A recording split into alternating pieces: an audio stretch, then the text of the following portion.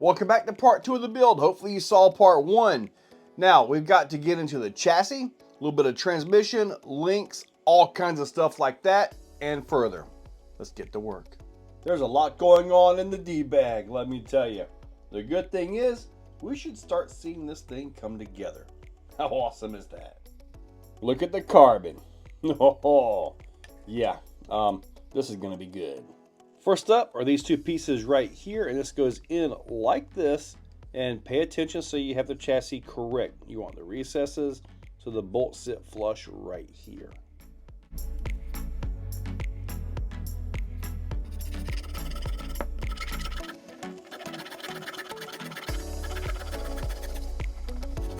Bit of pressure on it. You know, you don't want a lot. You don't want to actually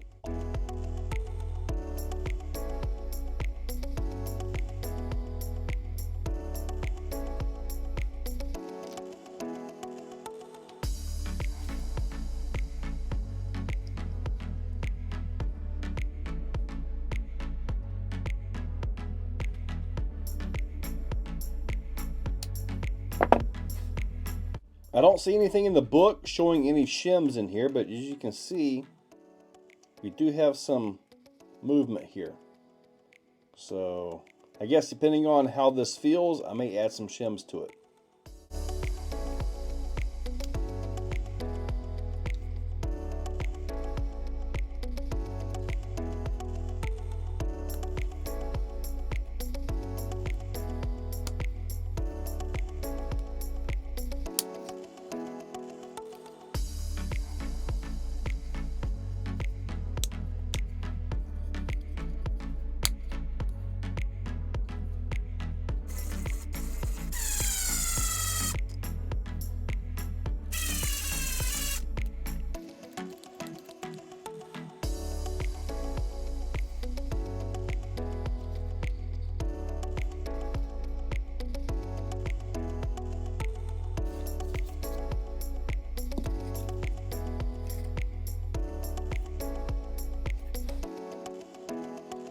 It's finally starting to look like something, but there's something I want to show you. In here, these pieces right here and right here. Those are braces that go in between the top suspension bars. That's huge because they love to come loose on the older model truck or the non-TLR. That's awesome.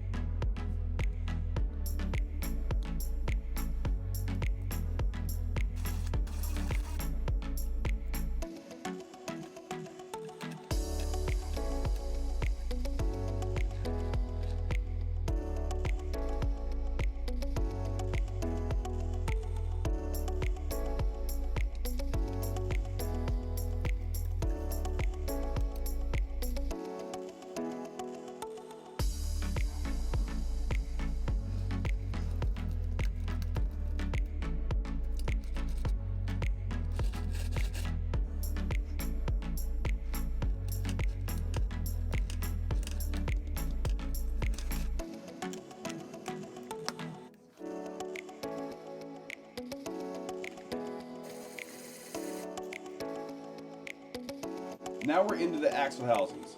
As you can see with the paperwork and all that, pretty much the same deal as before. These are at least the V2 housings. Hopefully, I'm not sure that I have a lot of confidence in it. The rest of the plastics seem to be really good.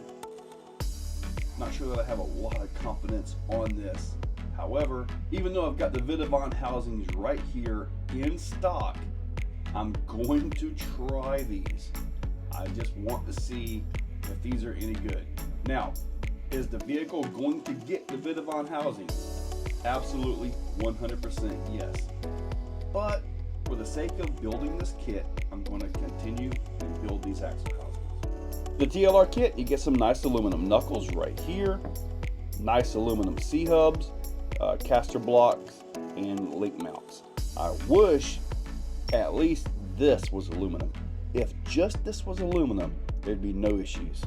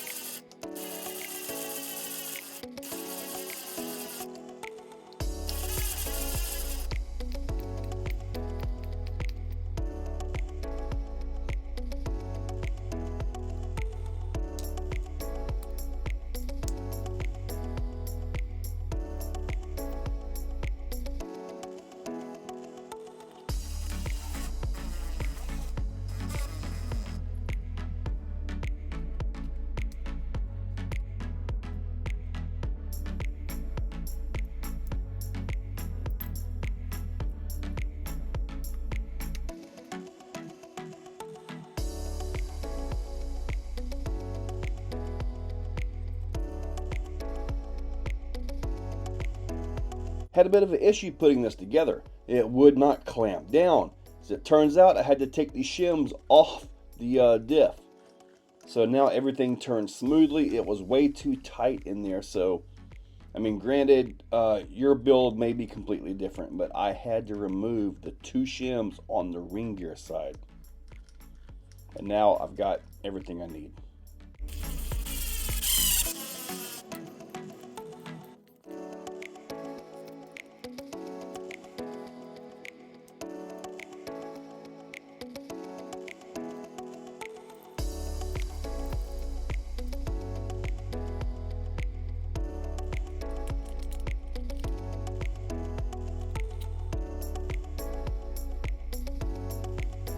The way this works is the screw goes through the knuckle and into that little groove right there, and that's what holds it in place. Add a little bit of thread lock to this.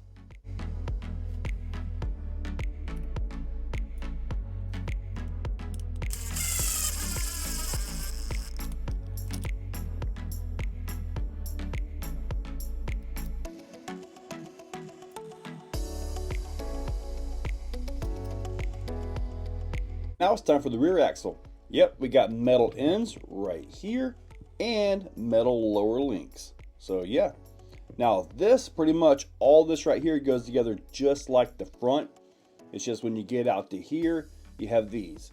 And we have dog bones and these in the hubs. So I'll show you what's different, but everything that's the same, we are not going to look at.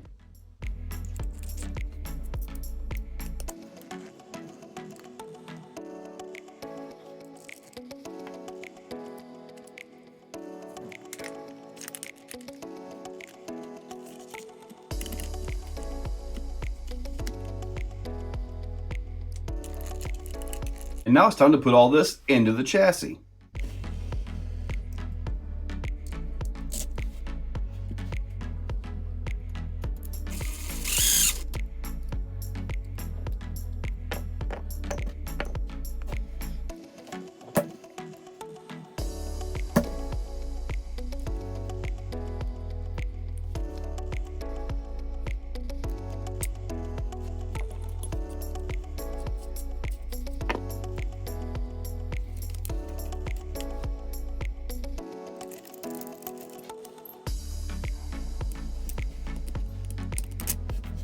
I have to show you guys a few things about these sway bars. Now, you think you got these bolts tight. They are not. You have to really pull them down. If not, you end up with this. So when you think you have them tight, they are not. You have to really, really pull that down. So you end up with this, which is virtually no sway on the axle. So yeah, really got to pull these down.